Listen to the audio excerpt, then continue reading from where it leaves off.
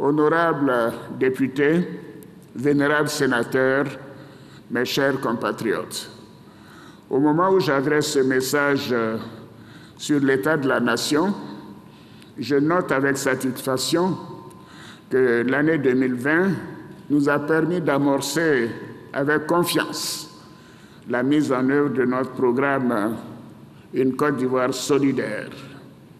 Et je voudrais insister pour dire avant toute chose que la Côte d'Ivoire est en paix. La paix et la stabilité ont été consolidées avec la participation de tous les partis politiques aux élections législatives de mars 2021. Ces élections inclusives dans notre pays, depuis plus de 20 ans, ont abouti à la mise en place d'une Assemblée nationale où tous les partis politiques significatifs sont représentés. Par ailleurs, la poursuite du dialogue politique avec les partis de l'opposition et les organisations de la société civile a contribué à apaiser davantage notre pays et à créer les conditions d'une participation plus importante de l'opposition et de la société civile dans la vie politique nationale. Ainsi, 21 partis et groupements politiques et 26 organisations de la société civile ont adopté le 4 mars dernier le rapport final du dialogue politique. Je voudrais que nous puissions les applaudir.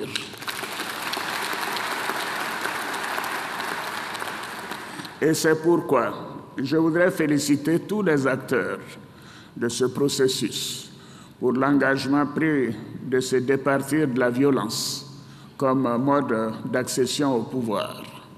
Nous devons maintenir ce bon état d'esprit, quelles que soient nos divergences, afin que les futures échéances électorales se déroulent de façon apaisée et démocratique.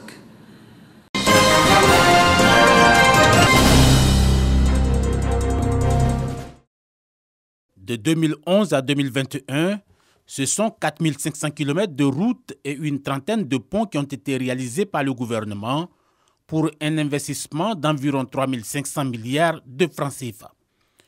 Au plan régional, la Côte d'Ivoire a pris le leadership du projet de construction du corridor Abidjan-Lagos.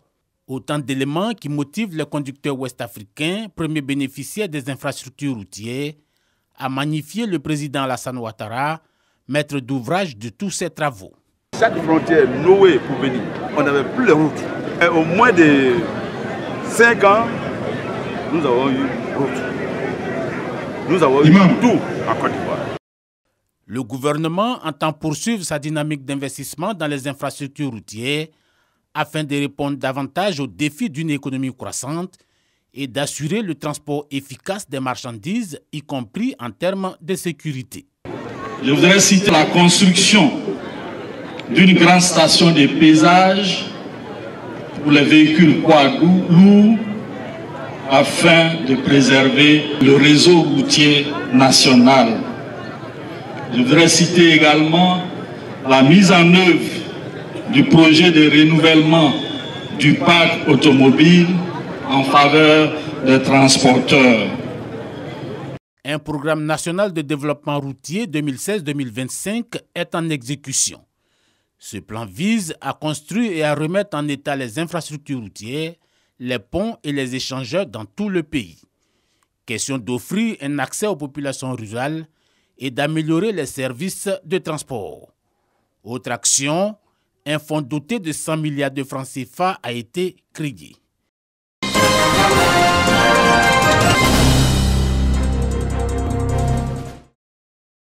Les volontaires de SOS Village d'Enfants Côte d'Ivoire et les experts en droit de l'enfant autour d'une table ronde.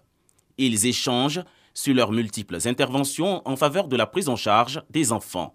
En 2020, ce sont au total plus de 1000 enfants et jeunes qui sont pris en charge dans les 3 sites de SOS Village d'Enfants Côte d'Ivoire.